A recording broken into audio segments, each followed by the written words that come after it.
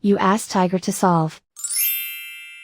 This deals with linear equations with one unknown. The final result is x equals 3.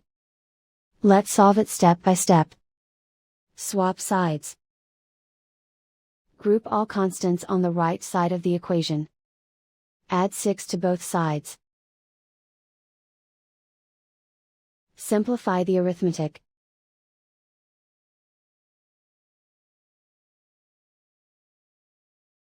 Isolate the x. Multiply both sides by inverse fraction 3/4.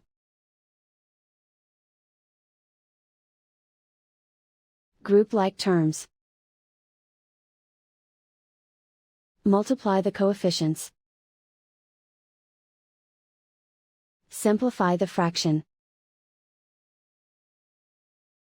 Multiply the fractions. Simplify the arithmetic. And so the final result is x equals 3.